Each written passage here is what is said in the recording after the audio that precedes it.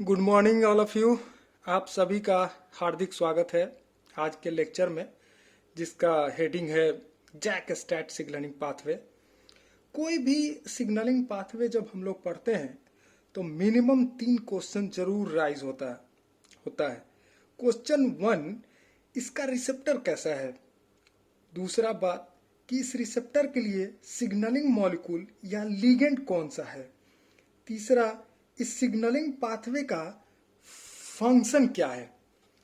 तो बताएं कि इसका रिसेप्टर आरटी के मतलब रिसेप्टर टायरोसिन काइनेज से ऑलमोस्ट सिमिलर है, पर अंतर यह है कि इसके साइटोप्लाज्मिक डोमेन में इंट्रिंसिक टायरोसिन काइनेज नहीं है, मतलब इनबिल्ड टायरोसिन काइनेज डोमेन नहीं है।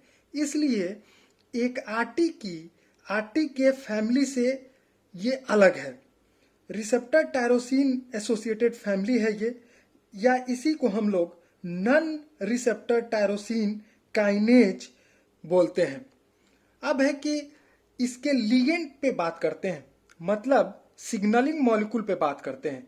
इसके लिए जो लिगेंड है वो साइटोकाइन हो सकता है, इंटरफेरॉन हो सकता है, इंटरल्यूकिन हो सकता है, इरिथ्रोपोइटिन हो सकता है, प्रोलैक्टिन हो सकता है, लेप्टिन हो सकता है।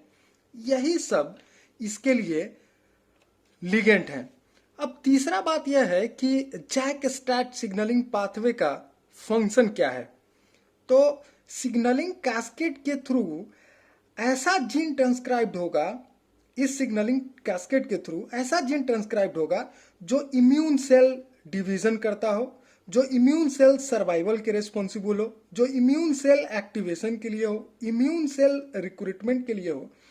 यही कुछ मुख्तलिफ फंक्शन हैं इसके जैक स्टैट सिग्नलिंग पाथवे के थ्रू। आइए overall mechanism of signal transduction pathway देखते हैं। तो जैसा कि हम लोग बोल रहे थे कि एकदम एग्जैक्टली ये सिमिलर है रिसेप्टर टायरोसिन काइनेज के। तो मतलब ये हुआ कि ये उसका स्ट्रक्चर हम लोगों ने पहले भी पढ़ रखा है कि ये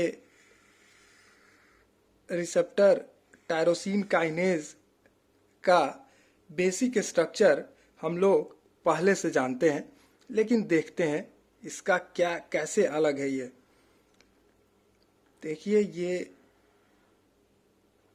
ऐसा है, इसका स्ट्रक्चर कैसे उससे अलग है इसको देखेंगे थोड़ा सा, और फिर इसके मैकेनिज्म पे बात करेंगे, सिग्नल ट्रांसडक्शन मैकेनिज्म पे। देखिए,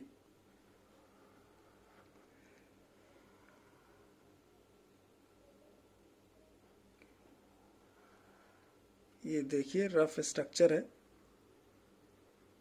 बहुत ज़्यादा स्ट्रक्चर से मतलब नहीं होता है, बहुत इससे मैकेनिज्म से पे ज़्यादा कंसर्न हम लोग रहेंगे कि आखिर इसका मैकेनिज्म क्या है।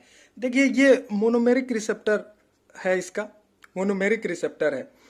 इस मोनोमेरिक रिसेप्टर में ये एलबीडी है, ये सारा बात हम लोग जानते हैं। लिगेंड बाइंडिंग डोमेन है, जिससे आके लिगेंड यहाँ सिग्नलिंग मॉलिक्यूल ये लिगेंड आके इससे बाइंड करता है। एलबीडी डोमेन के साथ ये लिगेंड आके बाइंड करता है। ये दो मोनोमेरिक रिसेप्टर है, अलग अलग है। ये अलग मोनोमेरिक है, ये अलग मोनोमेरिक रिसेप्टर एग्जिस्ट करता है। ये ट्रांस मेम्ब्रेन है, को पता है सिंगल पास है। एक नन साइटोसेलिक हिंड के तरफ एन टर्मिनस है, साइटोसेलिक हिंड के तरफ सी टर्मिनस है। ये हम लोग देख रहे हैं। इसके साथ ही साथ जैसा कि हम लोग बोल रहे थे कि इसमें tyrosine kinase domain basically inbuilt नहीं है। मतलब यह है कि यहाँ अलग से इसका काइनेज डोमेन अलग से है। ये काइनेज डोमेन अलग से है इसके पास। एक ये मोनोमेरिक रिसेप्टर के पास है, एक इसके ये अलग से जो मोनोमेरिक रिसेप्टर है इसके पास ये काइनेज डोमेन है। इसको हम लोग बोलते हैं जैक। इसको क्या बोलते हैं? इसको बोलते हैं, इधर से लिखते हैं, इसको बोलते हैं जैक। जैक जैक का मतलब हुआ, जे का मतलब जेनस और ए का मतलब काइनेज।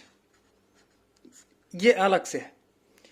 जबकि आरटीके में क्या था, ये इनबिल्ट था, टायरोसिन काइनेज एक्टिविटी इनबिल्ट था रिसेप्टर टायरोसिन काइनेज में, लेकिन इसमें इनबिल्ट नहीं है। ठीक है, अब देखिए जैसे इस एलबीडी डोमेन से कोई भी लिगेंड, अभी हम लोग लिगेंड पे बात किए हैं, कोई भी लिगेंड, जैसे मान लिया साइटोकाइंस है, इसके लिए लिगेंड मान लिया कि साइटोकाइंस है, ठीक है, इरिथ्रोपॉइंट भी हो सकता है, इंटरल्यूकिन भी हो सकता है, ये इरिथ्रोपॉइटिन भी हो सकता है, साइटोकाइन है। ये एक लिगेंड का एग्जांपल लिए, एक लिगेंड जैसे इस रिसेप्टर से बाइंड किया तो इस रिसेप्टर के अंदर कन्फॉर्मेशनल चेंज आएगा। ये एग्जैक्टली आरटीके के जैसा ही इसमें भी होगा। इसमें क्या होगा, ये इस कन्फॉर्मेशनल चेंज के चलते डाइमराइजेशन होगा। अब एग्जैक्ट सेम ऐसा ही स्ट्रक्चर एक बनाते हैं, देखिए सिंपल सा, ये डाइमराइज कर जाएगा। अब ये देखिए ये डाइमराइज कर गया, ये अब जैसे यहां लिगेंड बाइंड किया ये डाइमर बना लिया। ये वाला स्ट्रक्चर इसको हम लोग ऐसे बना दिए हैं, ये डाइमराइज हो गया, ये डाइमराइज हो गया, ये डाइमर हो गया, डाइमर फॉर्मेशन इसका हो गया, इसको डाइमराइजेशन बोलते हैं। ये कब हुआ, जब स्पेसिफिक लिगेंड इस रिसेप्टर के साथ आके बाइंड किया तो ये डाइमराइज कर गया। अब इस डाइमराइजेशन से क्या होगा कि इसके अंदर जो ये जो बाहर से इनबिल्ट नहीं है, ये जो जैक है, ये जो जैक, ये ट्रांसफॉस्फोरिलेशन करेगा, मतलब ये इसको फॉस्फोरिलेट करेगा और ये इसको फॉस्फोरिलेट करेगा। मतलब क्या हुआ, इसको बोलते हैं ट्रांसफॉस्फोरिलेशन।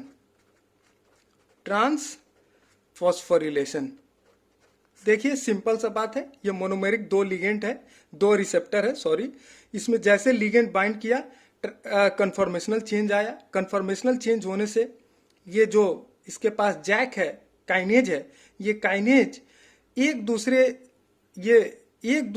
जो दोनों रिसेप्टर है वाइस वर्सा इसको फॉस्फोरिलेट करेगा। इस तरह के फॉस्फोरिलेशन को हम लोग ट्रांसफॉस्फोरिलेशन बोलते हैं। ये फॉस्फोरिलेशन हो गया।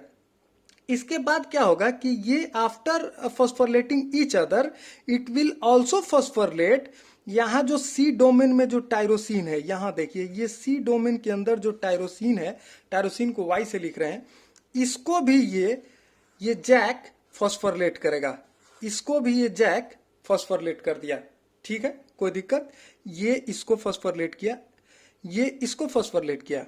इस तरह के फॉस्फोरिलेशन को क्या बोलते हैं, रेसिप्रोकल फॉस्फोरिलेशन है, इसको बोलते हैं ट्रांसफॉस्फोरिलेशन। और ये आफ्टर ट्रांसफॉस्फोरिलेशन ये दरअसल इसके बाद ये साइटोप्लाज्मिक डोमेन में जो टायरोसिन है उस टायरोसिन को भी फॉस्फोरिलेट ये करेगा। ठीक है, अब हम लोग बात करते हैं कि आखिर ये जैक के बारे में बात करते हैं कि ये जैक क्या है। जैक दरअसल 4 तरह का जैक एग्जिस्ट करता है, 4 टाइप ऑफ जैक्स। ये जो जैक है जेनस काइनेज, ये जो जैक है ये 4 तरह का है, 4 types, 4 type of JAKs exist.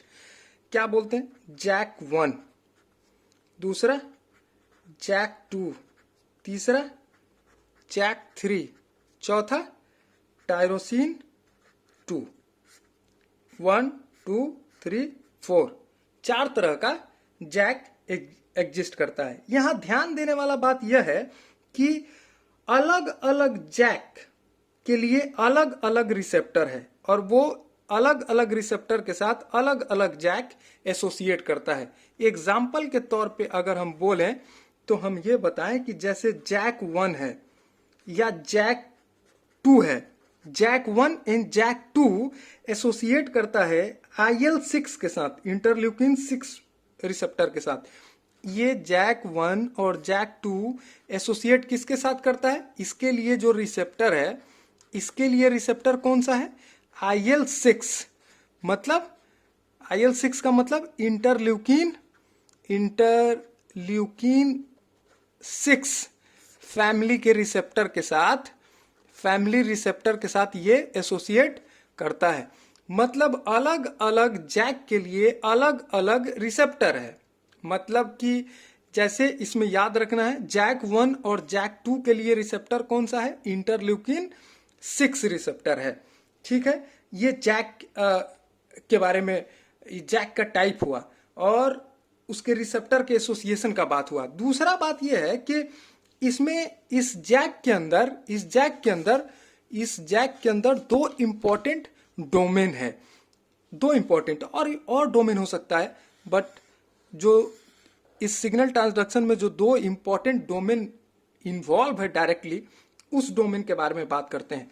एक को बोलते हैं SH2 डोमेन। इस डोमेन से बहुत फेमिलियर है हम लोग, इससे पहले जितना सिग्नल ट्रांसडक्शन पाथवे पढ़े हैं, मैप काइनेज, AKT पाथवे, सब में SH2 डोमेन का अपना एक रोल था। इसको क्या बोलते हैं?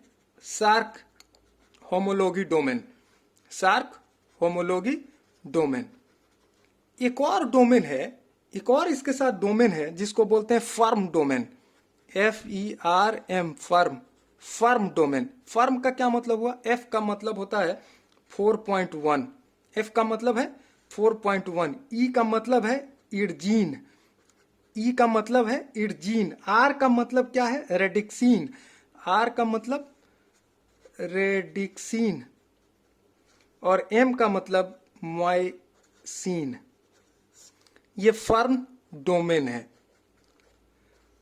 देखिए, किसी भी जैक में दो इंपॉर्टेंट डोमेन है, SH2 domain, Src homology domain, और फर्म डोमेन 4.1। F का मतलब, E का मतलब अर्जीन, R का मतलब रेडिसिन और M का मतलब माइसिन, और ये पूरा मिला के इस डोमेन का नाम है। अब ये डोमेन बेसिकली क्या करता है? ये फॉस्फोरिलेशन कास्केड में मदद करता है। This domain helps in phosphorylation cascade. Phosphorylation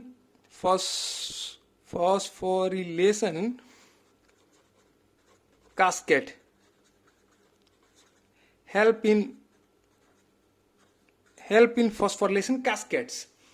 ये दोनों डोमेन बेसिकली फॉस्फोरिलेशन कास्केड में मदद करता है, इसको याद रखना चाहिए। अब देखिए कैसे इसको देखते हैं। जैसा कि हम लोग अभी स्ट्रक्चर देख रहे थे, उस स्ट्रक्चर में ये था कि जैसे ये यहाँ देखिए, ये रिसेप्टर, ये फॉस्फोलिपिड बाइलेयर था। इसमें देखिए ये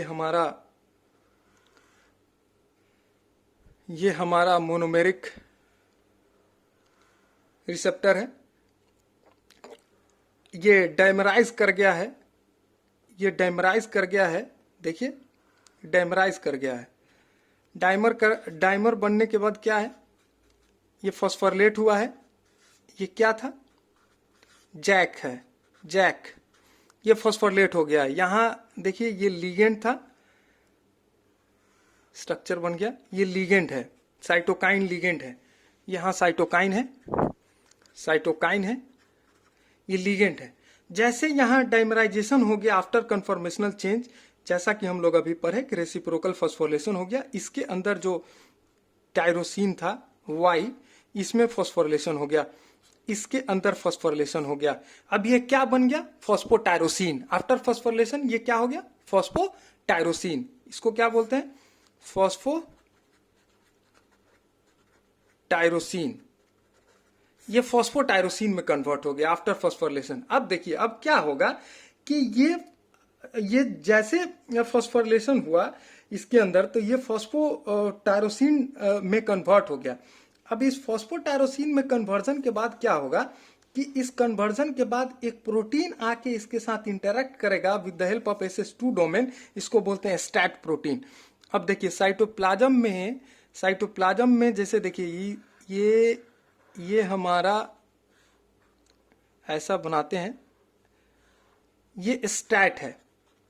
स्टैट प्रोटीन है ये स्टैट प्रोटीन। स्टैट को क्या बोलते हैं? सिग्नल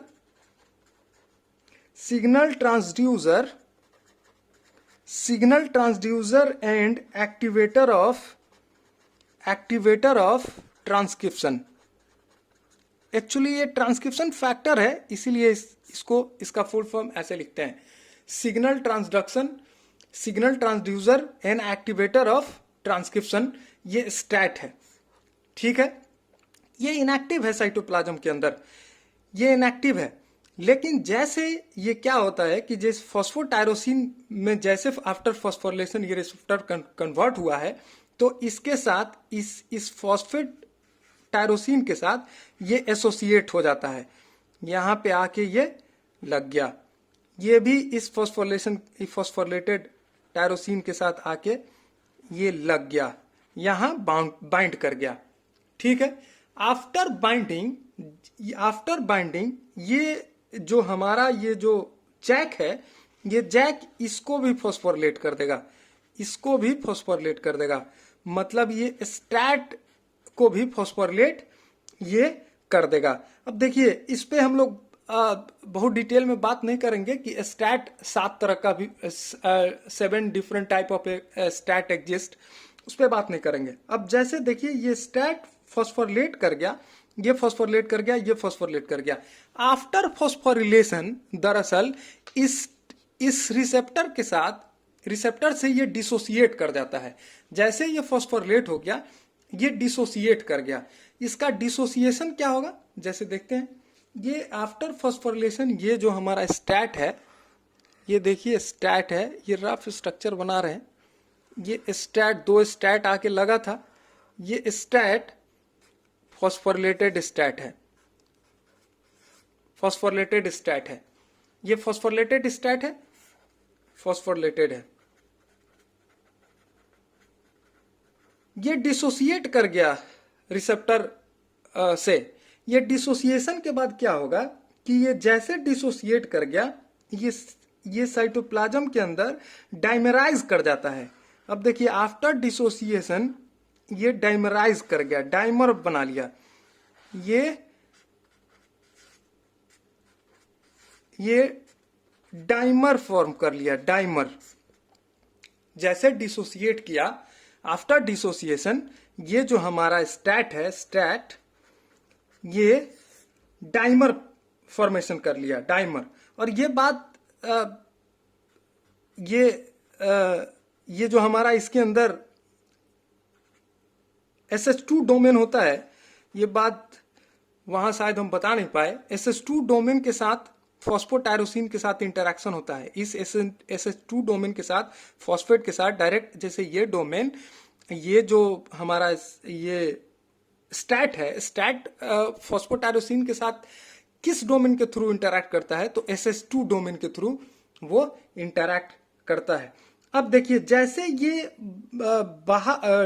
बाहर आया है आफ्टर डिसोसिएशन, तो ये डायमेरिक फॉर्म में कन्वर्ट कर गया है।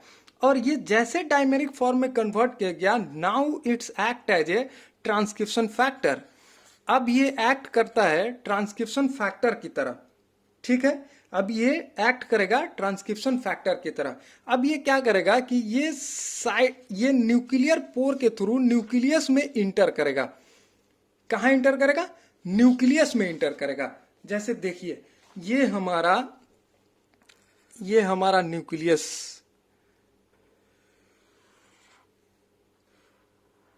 ये न्यूक्लियस है, ये न्यूक्लियस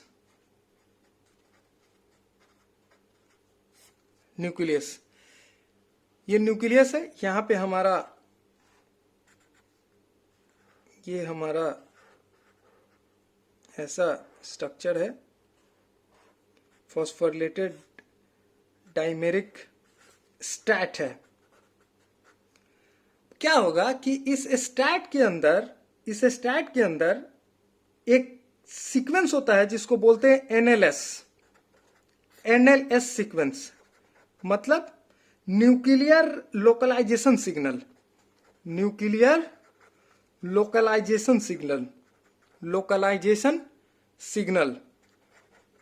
ठीक है, इस स्टैट में है। इसके थ्रू ये क्या करेगा कि ये न्यूक्लियर पोर से ये बाइंड करेगा। मतलब ये जो हमारा ये फॉस्फोरिलेटेड जो स्टैट है, ये न्यूक्लियर पोर पे बाइंड करेगा। वो भी स्पेसिफिकली न्यूक्लियर पोर पे एक प्रोटीन होता है जिसको हम लोग इस प्रोटीन पे डायरेक्ट ये बाइंड करता है, और इस प्रोटीन के थ्रू ये अंदर आता है। इस प्रोटीन का नाम है इम्पोटीन। फिर से एक बार बोल रहे हैं कि ये जो हमारा स्टैट डाइमर है ये अब ट्रांसक्रिप्शन फैक्टर है। अब ये न्यूक्लियर पोर के थ्रू न्यूक्लियर पोर से बाइंड करेगा। न्यूक्लियर पोर में स्पेसिफिकली ये इम्पोटीन प्रोटीन से बाइंड करता है। ये बाइंड किसके थ्रू करेगा? NLS sequence, nuclear localisation signal के थ्रू। यहां जैसे अब देखिए बाइंड तो कर गया, लेकिन ये अंदर नहीं आ सकता है। अंदर आने के लिए एक प्रोटीन का इसको मदद चाहिए, स्मॉल जीटीपेज प्रोटीन, जिसको हम लोग रैन प्रोटीन बोलते हैं। रैन ये रैस फैमिली का प्रोटीन है, जीटीपेज प्रोटीन है, मतलब ये जीटीपी इसके साथ एसोसिएटेड है। एक तरह का ये ट्रांसलोकेज है, ठीक है, रैन प्रोटीन। ये जो हमारा ये इसको ट्रांसलोकेट अंदर कराने में मदद करेगा स्टैट को।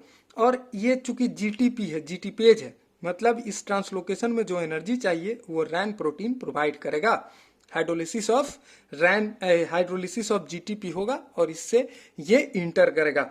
अब देखिए ये जैसे अंदर आता है तो हम लोग को पता है इसके अंदर इसका स्ट्रक्चर हम बाहर बनाते हैं। देखिए ये जो हमारा डीएनए है, ये हमारा डीएनए है, इस डीएनए पे प्रोमोटर है, ये प्रोमोटर है, प्रोमोटर, ठीक है। इस प्रोमोटर पे आके बाइंड करेगा, इस प्रोमोटर पे आके ये बाइंड करेगा। ये प्रोमोटर पे स्पेसिफिक रीजन होता है जहां ये बाइंड करता है, उसको बोलते हैं गैस। इस प्रोमोटर के स्पेसिफिक रीजन पे आके ये बाइंड करेगा, जिसको बोलते हैं गैस। गैस का मतलब gamma activated signal sequence. Gas का मतलब क्या हुआ? Gamma activated signal sequence, gamma activated signal sequence है इस प्रमोटर पे।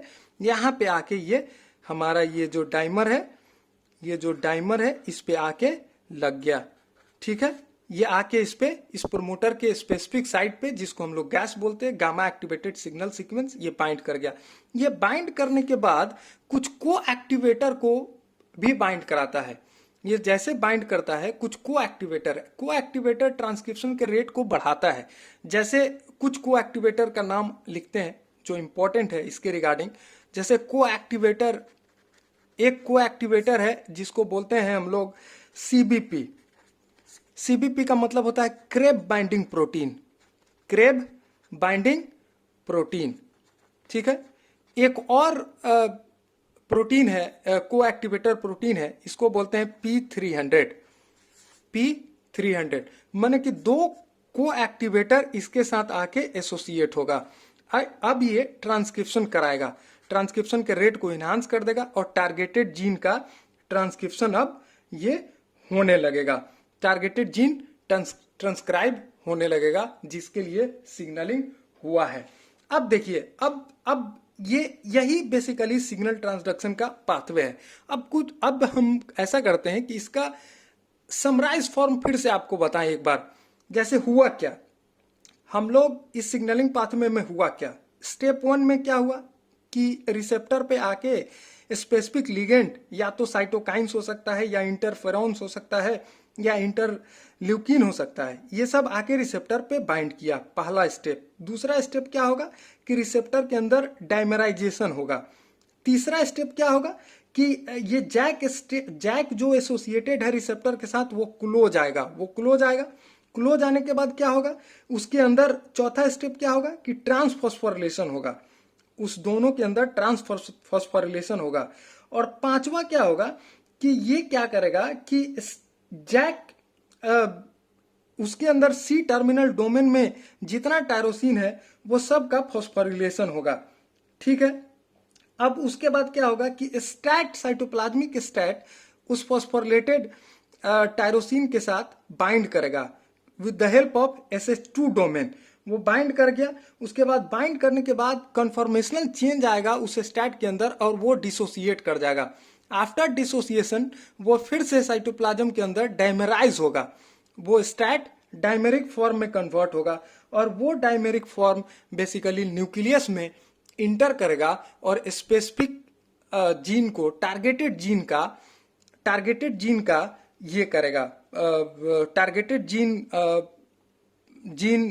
का एक्सप्रेशन होगा सिग्नल के हिसाब से। ये बेसिकली यही सिंपल, ये बहुत ही सिंपल ये है, ये सिग्नलिंग पाथवे है। इसमें बहुत कॉम्प्लिकेशन कहीं नहीं है इस सिग्नलिंग पाथवे में। अब देखिए एक इम्पॉर्टेंट बात बताएं आपको कि एक केस स्टडी हम लोग देखते हैं, इसके रिगार्डिंग एक केस स्टडी देखते हैं। जैसे ये केस स्टडी आप ध्यान से देखिए, ये केस स्टडी क्या कहता है। ये केस स्टडी ऐसा है कि देखिए ये ऐसा है, a 16-year-old female present with 2-week history of intense itching and burning after her weekly routine of exercise at the pool and sitting in hot tub. What intercellular pathway is abnormally activated? इससे regarding ये case study से question है कि question क्या है, what intercellular pathway is abnormally activated. तो इस case study के हिसाब से आपको बताएं कि इस तरह इसमें एक्चुअली यही ये जो हमारा ये जो हमारा ये है कि इसमें क्या हुआ, क्या इस तरह इसमें हम लोग ये बोल सकते हैं कि ये जो हमारा जैक स्टेट पाथवे का ओवर एक्सप्रेशन हो गया। उसमें एग्जैक्टली अगर बोलें तो ओवर एक्सप्रेशन ऑफ जैक2 प्रोटीन, और इस ओवर एक्सप्रेशन के चलते एक डिजीज है, उस डिजीज को बोलते हैं हम लोग पॉलीस्थेमिया वेरा। इस पॉलीस्थेमिया वेरा में हुआ क्या, इस पॉलीस्थेमिया वेरा डिजीज में होता क्या है कि बोन मैरो आरबीसी ज्यादा अमाउंट में बनाने लगता है। माने उस पेशेंट को का अगर हम लोग सीबीसी करा के देखें तो आरबीसी काउंट एकाएक इलेवेटेड आपको दिखेगा। ये केस स्टडी इसके रिगार्डिंग था। इस तरह से हमारा ये जैक स्टैट सिग्नलिंग पाथवे बहुत ही सिंपल वे में, बहुत ही कंसाइज वे में मेरा कोशिश था कि आपको बताया जाए। और यही है, ये सिंपल पाथवे है और इस सिंपल पाथवे से क्वेश्चन CSIR नेट में, IIT जैम में, गेट में और IISc में, TIFR में, इस सारे एग्जामिनेशंस में इससे जैक स्टैट पाथवे से क्वेश्चन रहता है और ये बहुत ही सिंपल पाथवे है। तो थैंक यू। अगर आपको ये मेरा लेक्चर अच्छा लगा हो तो मेरे चैनल को जरूर सब्सक्राइब करें। धन्यवाद। Thank you.